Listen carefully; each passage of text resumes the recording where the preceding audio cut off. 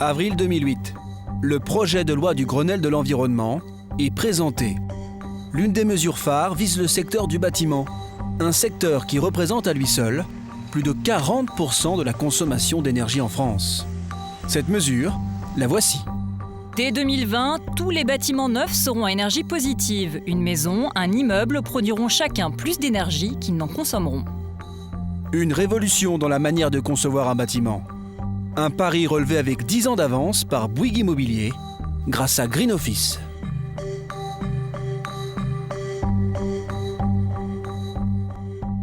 Voici Green Office. Cet immeuble est le premier bâtiment tertiaire à énergie positive en France. Énergie positive, cela veut dire qu'il produit plus d'énergie qu'il n'en consomme.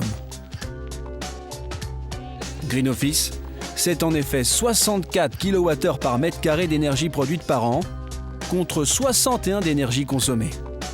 Le surplus d'énergie est revendu à EDF. Aujourd'hui, Éric Mazoyer, directeur général de Bouygues Immobilier, fait la visite du bâtiment au maire de la ville.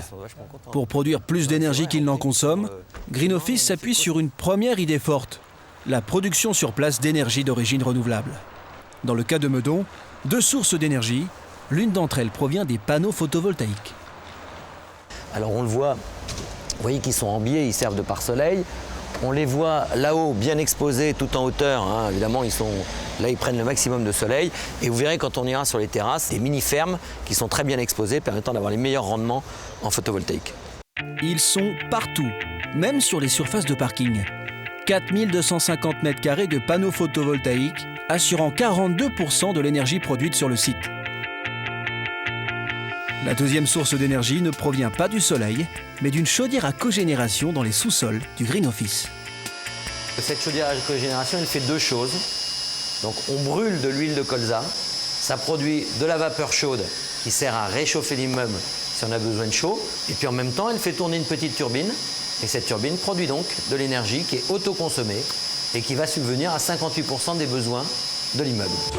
C'est donc la première idée forte du Green Office, la production sur place d'énergie d'origine renouvelable.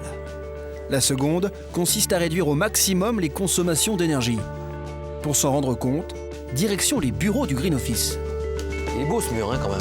Siège depuis juillet 2011 de la société de services informatiques Steria. C'est bien clair, Ouais. ça donne de l'espace. Voici l'Open Space version Green Office. Ici, 2 principes. Pas de climatisation, donc un système de ventilation naturelle avec ces panneaux en bois que vous voyez à l'intérieur, il y a des ventelles qui s'ouvrent pilotés par un ordinateur.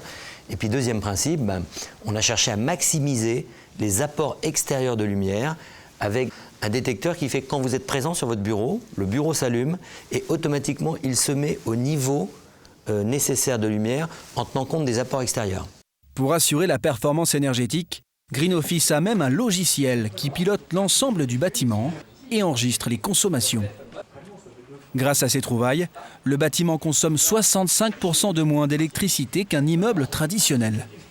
De quoi satisfaire Olivier Vallet, le patron de Steria, conscient de vivre avec Green Office une première. On est des précurseurs puisqu'on est les premiers à poser le pied dans le bâtiment à énergie positive. Donc on a l'impression d'être des précurseurs, comme je suppose ceux qui ont posé les premiers pieds sur la Lune. Donc pour nous, c'est un projet absolument passionnant. Et les collaborateurs, comment vivent-ils l'expérience Green Office ?